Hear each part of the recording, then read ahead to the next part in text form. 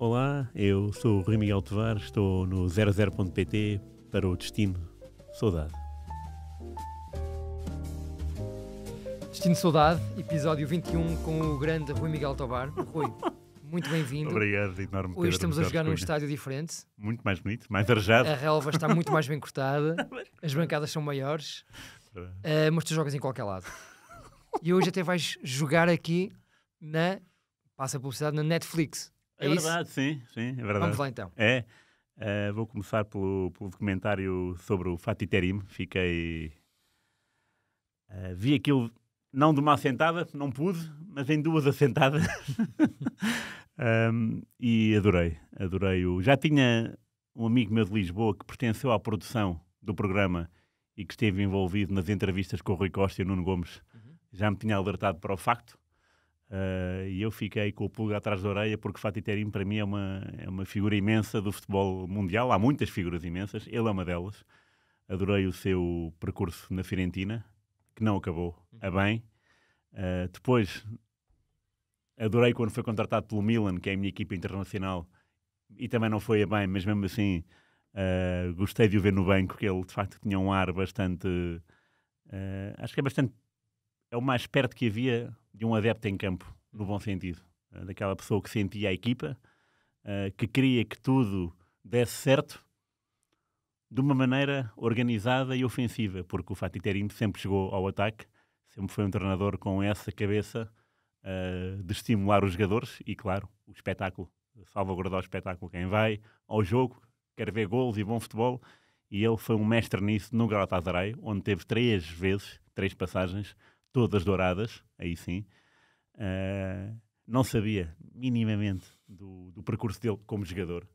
Jogou, foi capitão, marcou gols importantes, ganhou taças.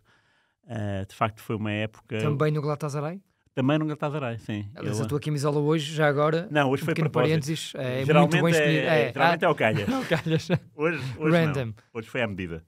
Porque merecia o Fatih Terim. Adorei o documentário. Fiquei fascinado pela forma como ele vive o futebol ainda.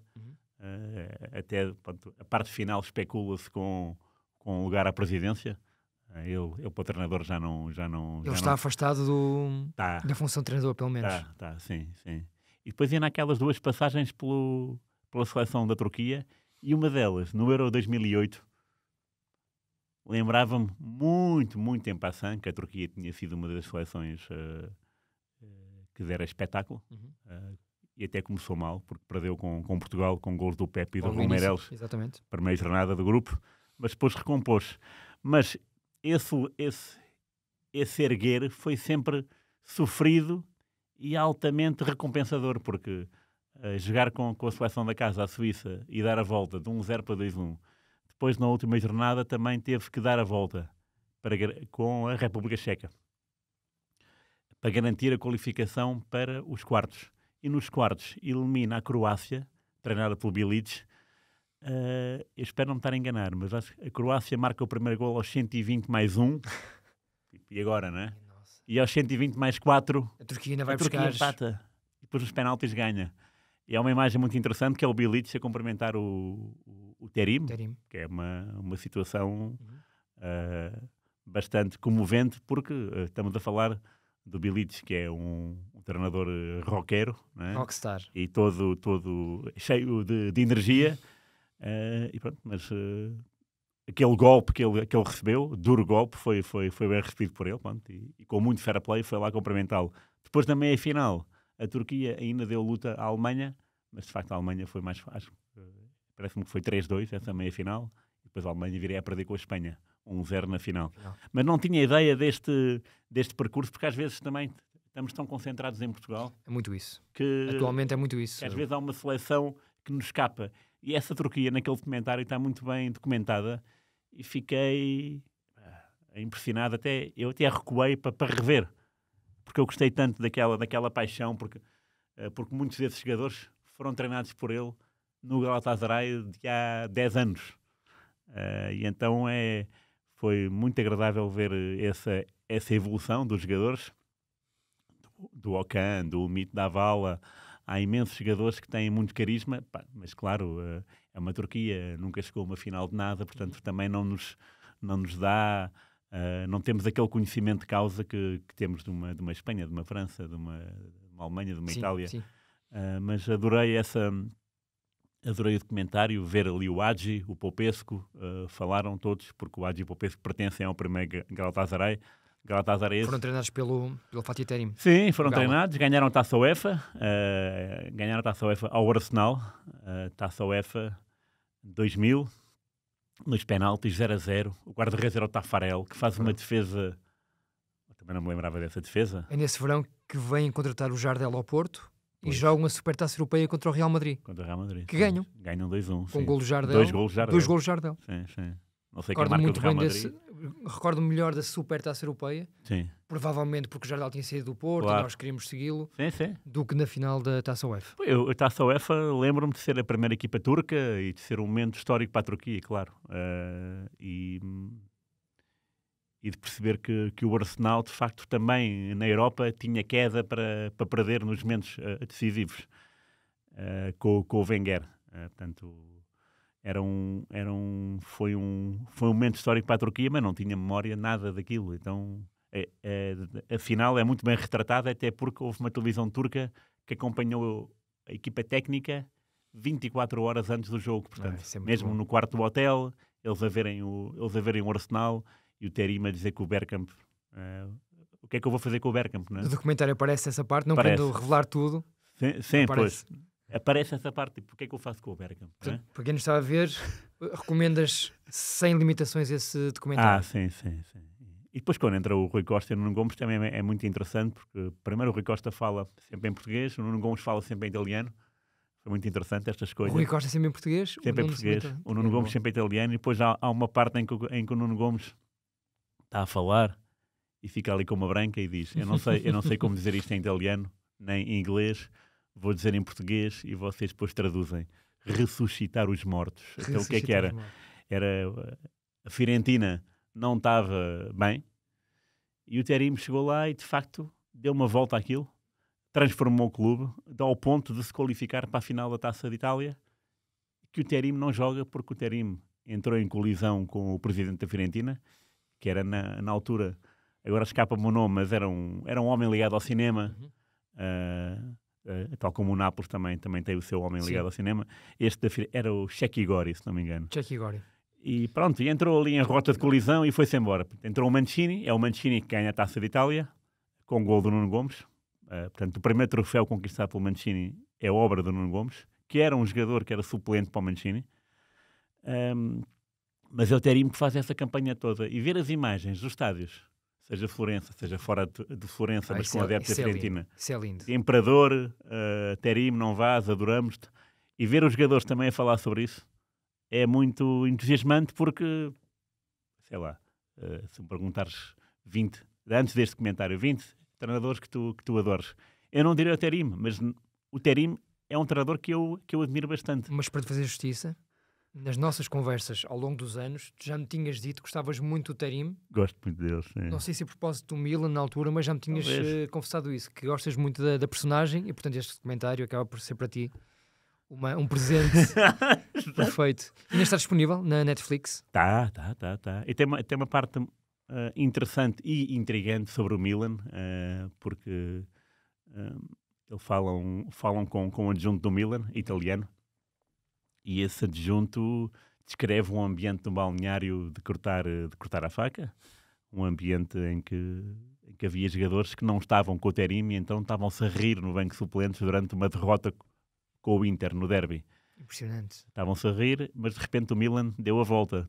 Totalmente inesperado, porque o Inter estava melhor, estava à frente, estava em vantagem, portanto tudo se conjugava para uma derrota do Milan e de repente o Milan dá a volta. E esses dois jogadores, que não são revelados,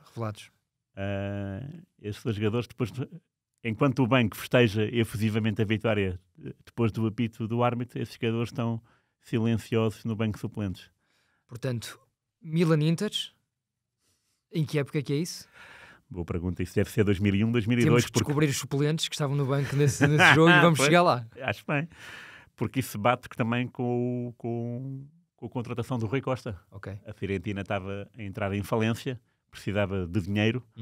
Era o Rui Costa e Toldo, tinham sido vendidos ao Parma, à revelia dos dois jogadores. Eles, quando souberam, negaram sair, e então a Fiorentina teve que encontrar caminhos alternativos. Claro. O Rui Costa foi para o Milan, que era a sua equipa de infância. Até consta que o Rui Costa jogava muito CM com o Milan, Treinar o Milan. no Championship Manager, e o Toldo foi para o Inter, onde fez uma carreira de 10 anos ainda. O Toldo que já me cedeu a casa dele, como tu sabes.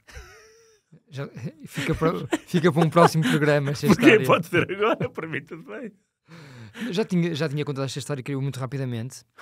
É mesmo verdade isso. Ou seja, eu fiquei em casa do Toldo sem ele saber, no fundo. Porque ele vivia em Florença, uma casa, um palacete, numa pequena vila chamada Banho a Ripoli, que fica mesmo, portanto, ali a paredes meias com Florença. Com uma vista privilegiada, até porque Florença fica num vale e aquilo fica um bocadinho mais elevado, tens uma vista fantástica sobre o centro histórico de Florença. Eu tive a sorte de o pai de um dos meus grandes amigos, do Jorge Santos, ter sido colocado a trabalhar lá em Florença, porque ele trabalhava no Exército Português e foi trabalhar para Florença para as Nações Unidas. E esteve lá talvez 2 anos e meio, 3 anos, e nós nesse período éramos miúdos, portanto estamos a falar em 2002, 2003, por aí, fizemos várias visitas a Florença, aproveitando a estadia gratuita do pai do Jorge. Sim. Da primeira vez que fomos, eu creio que o Jorge desconhecia esta coincidência e eu também desconhecia, e eu cheguei ao quarto de hóspedes com o João Castro, o outro nosso amigo, e quando abrimos o guarda-vestidos, o roupeiro, começamos a ver fatos de treino, sacos, luvas, camisolas da Fiorentina, mas estamos a falar que parecia uma loja de desporto. E ficamos muito intrigados, tipo, o pai de Jorge anda a gastar muito dinheiro aqui em Florença. Na manhã seguinte, ao pequeno almoço, perguntamos ao Sr. Luís Nelson Santos, pai do Jorge, porque é que havia tanto material lá naquele quarto da Fiorentina, e ele explicou-nos, olha, esta é a casa do Toldo, que, como saiu para o Inter, arrendou a casa às Nações Unidas e, por acaso, fui colocado aqui. E é uma história maravilhosa, porque a casa, de facto, era incrível e estava cheia depois de pequenos pormenores que nós percebíamos pertenciam ao Toldo. Sim. E por isso ficamos em casa do Toldo sem ele saber. Muito rapidamente. Eu tenho outra história do Toldo, até aí foi, se lembrei-me. A ESPN Internacional, houve uma altura que fez uns comentários concentrados em seleções em europeus ou mundiais. E o Toldo foi convidado para um documentário, imagino eu que tenha sido para o Euro 2000, onde ele foi uma grande figura, levou a Itália até à final. E aquela meia-final com a Holanda, em que a Holanda falha 2 penaltis no tempo regulamentar e depois mais 2 ou 3 Portugal, França, Itália, Holanda. Exatamente. E o Toldo esteve lá uma semana em Londres, a ESPN Internacional era em Londres, não era bem em Londres, era ali perto. E o Toldo esteve lá. É bom ver que essa equipa da ESPN era formada por italianos, portugueses, brasileiros, franceses, havia muito pouco inglês, era mesmo internacional. E o Toldo, claro, sentiu-se em casa. Então, no último dia, no dia em que já tinham gravado tudo, o Toldo convidou toda a gente da ESPN para jantar, toda a gente que tinha participado no programa, e pagou o jantar, e foi uma noitada, no bom sentido, jantar, um bocado de copo aqui, copo ali. E isto demonstra o que era o Toldo. Estás-me a dizer da casa. Por isso tinha um palacete em Banho a Ripoli. É verdade. Mas só mesmo para acabar esta parte do Toldo, porque não é sobre ele, o pai do Jorge teve alguns contactos com ele, questões de arrendamento, e sempre nos disse que ele era um cavalheiro, uma simpatia. Simpatia. Francesco Toldo. Foi o que transmitiu sempre, sim. Exatamente. Rui, em frente, para acabar a parte do ténis, já foste a Istambul? Já fui, mas não para entrevistar o Quaresma. Portanto, Besiktas? Besiktas, sim, Besiktas, exatamente. Sim, ia dizer Casim Paza, mas... Não, Besiktas, não me lembro do ano, não sei se foi 18 ou 19, sei que no dia em que me entrevistei o Portimonense subiu divisão, porque a entrevista começa assim, porque eu quando chego ao hall do hotel do Besiktas, já lá estava o Quaresma, e o Quaresma estava de costas, eu apareço pelo elevador número 2 e não o número 1, ele estava à espera que eu aparecesse no número 2, apareci de costas, e ele, já viste, está aqui o Portimonense, subiu divisão, é a memória que eu tenho. Isso é muito giro. E E nesse dia havia a final da Euroliga, a verdadeira Euroliga. De basquetebol, lá em Istambul. Que é uma loucura. É uma loucura, lá em Istambul. E pronto, lembro desses 2 acontecimentos, não sei em que ano é que foi, não sei se foi 18 ou 19. Sim, 18 ou 19. E pronto, é a minha única vez em Istambul, que é uma cidade imensa. Eu lembro-me que quando cheguei em Istambul, o hotel ficava na parte asiática, portanto eu tinha que atravessar a ponte para chegar ao hotel do Besiktas. Portanto, entrei num táxi e o taxista ficou todo entusiasmado, português, jornalista, o de sempre, não é? Em qualquer parte do mundo. Mesmo que eu fosse chinês, jornalista chinês, giro. E ele perguntou-me o que é que eu ia fazer. Eu disse que ia para um hotel entrevistar um jogador de futebol. E ele, assim, de clube. Nem sequer é quem, é de clube. Eu, Besiktas, nunca mais me dirigiu a palavra. E depois percebi, porque no espelho tinha um galhardete do Galatasaray. Nunca mais me falou, mas o primeiro minuto foi delicioso. Epá, que bom, português e tal. De repente disse Besiktas, nunca mais me dirigiu a palavra. Incrível. Eu nunca fui a Istambul, mas por aquilo que tu contas maravilhoso. Agora, e por aquilo que eu já li, deve ser uma cidade incrível. Sim. O Terim cresceu porque ele não é de lá, mas evoluiu como jogador e como treinador numa cidade belíssima e com os adeptos sempre do seu lado. Isso também é muito importante para uma equipa ganhar estatuto e chegar a um título europeu, como é a Taça UEFA. Como equipa turca é uma vénia. Impressionante. É uma vénia. Como é que se chama o documentário, Rui, do Sr. Terim? Eu não sei. Para mim é Fatih Terim. Portanto, entrar na Netflix, sim, pesquisar Terim Fatih, e aparece. Aparece lá. Rui, grande recomendação, grande sugestão. Vamos avançar para o nosso Domingo Desportivo. Bora, vamos. Domingo Desportivo. Hoje estamos mesmo no mundo do streaming porque a personagem é bem conhecida. Aliás, tu vais agora trocar aqui a camisola durante a nossa gravação para que não haja confusões. Isto é tudo feito ao vivo. Estás a vestir a camisola do Futebol Clube Barcelona porque... Bom, já que estamos como tu falaste, em streaming. Luís Figo, o documentário, o caso Figo. Aí o título eu sei, o caso Figo. Esta camisola é do Barcelona, é uma camisola alternativa da época 98-99, coincide com o Interrail que fiz em 98 e passei em Barcelona. E até vi o Barcelona 0 Mallorca 1 para a Supertaça. Ganhou-se o Mallorca a Supertaça, o jogo e a Supertaça. É o primeiro jogo do Xavi, atual treinador, na equipa principal do Barcelona. Joga ao Figo também. E o caso Figo é muito interessante, o documentário, porque primeiro os zigue-zagues do futuro são hilariantes, não é? Saber que tudo começou com uma mentira é uma situação que não estava à espera. É impressionante. E esse eu vi e é mesmo... As imagens de arquivo são incríveis também. São maravilhosas. Do Figo, daquele tempo. E tu estiveste na apresentação do Figo em Madrid, Madrid, certo? Em Madrid, foi. Ao serviço do Jornal Record, na altura. Sim, Record, sim. Foi um verão louco, porque o Sporting foi campeão ao fim de 18 anos, a seleção portuguesa jogou muito bem o Euro 2000, ainda para mim, ainda hoje é a seleção portuguesa de referência, de bem jogar futebol, e o Figo foi para o Real Madrid, também era algo impensável. O João Pinto foi do Benfica para o Sporting, portanto é um verão muito quente. O Figo tornou-se o jogador mais caro,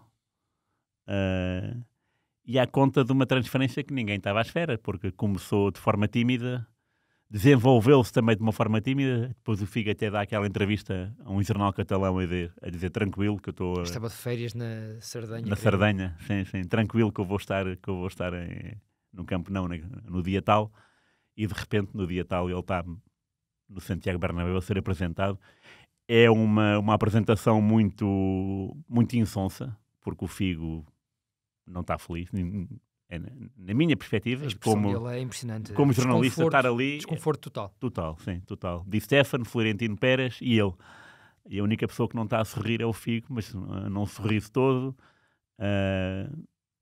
Mas a verdade é que foi uma transferência arrancada a ferros, com uma vitória inesperada do Pérez, porque o Lourenço Sanz tinha feito um trabalho altamente meritório, a equipa estava sólida, era campeã europeia, portanto tinha ganho até a segunda Liga dos Campeões em 3 anos, portanto havia ali muitos jogadores. Conseguiu perder as eleições, não é? Mesmo e com conseguiu isso, perder as eleições incrível, com a carta Figo, não é?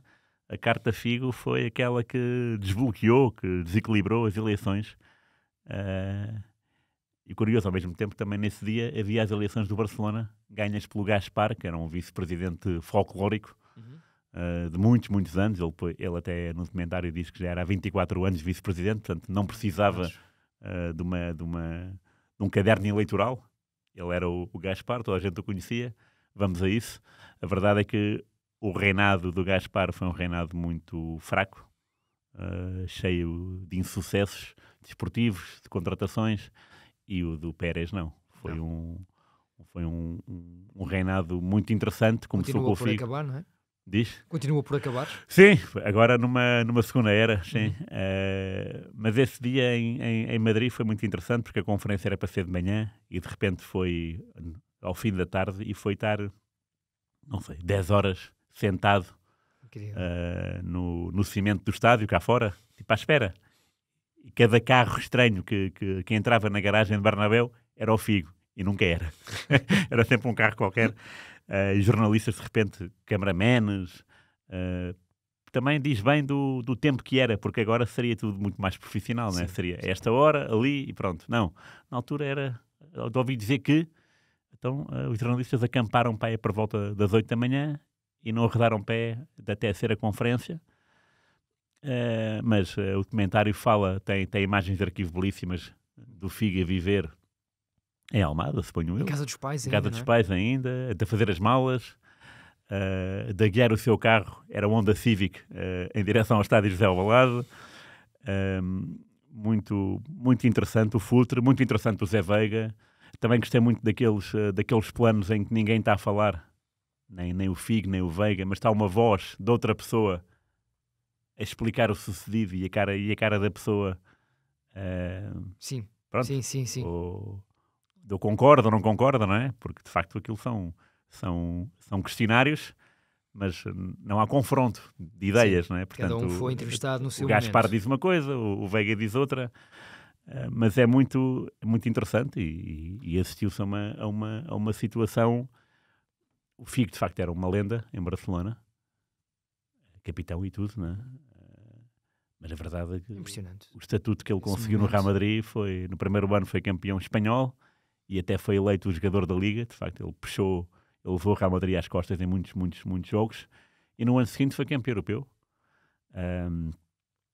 Não tinha nada a provar, mas a verdade é que conseguiu aquilo que nunca que queria, que era ser campeão europeu. Não foi nas melhores condições, porque o Deco lesionou da meio da época e ele passou o resto da época a cochear e a não jogar tão bem como queria, e depois até se viu no Mundial da Coreia. Mas jogou muito limitado, recordo muito isso, limitado, muito inchado. Sim, com uma batata. Rui, mesmo para acabar este episódio, Netflix, com que ideia ficaste depois de ouvir todas as explicações que o Figo deu, se consideras aquilo explicações? Com que opinião ficaste sobre a personagem? Não é muito distante daquilo que eu penso. O Figo é uma pessoa que sempre quis ficar longe dos holofotes. É raro uma entrevista dele, seja do que for. Não há... o Figo deve ter 1001 momentos gloriosos. Podia haver aniversários de tudo e mais uma coisa. 20 anos, e ele nunca se presta a essas coisas. Não é uma pessoa que goste de falar por aí além do seu percurso como futebolista, no sentido... ok, já joguei, agora não me estejam a chatear por causa disso. Aliás, há uma parte muito, muito interessante do documentário, no início, se não me engano, que acaba o europeu, e acho que é... Tenho ideia que é o microfone da RTP, portanto, não sou jornalista, e pergunta, Figo, então e agora? E ele, não, agora vou de férias. É uma coisa parecida. Estou aqui na seleção, só falo sobre a seleção, até mas não vai falar sobre si. E ele fica assim um segundo e depois... abre um sorriso, que é aquele sorriso que a gente nunca vê no Figo, e diz, eu nunca falo sobre mim. E isso acho que transmite um pouco a ideia do que o Figo é. Agora, que é um caso mirabolante, que há muito dinheiro envolvido, que há muito interesse envolvido e que foi tudo feito às três pancadas de uma forma ilegal, isso foi, não é? Ou seja, alguém forjou a assinatura do Figo, portanto, logo, a partir daí, o caso estaria logo... torto, né? é uma situação descabida, totalmente descabida, entre dois clubes grandiosos, não só em Espanha, mas na Europa.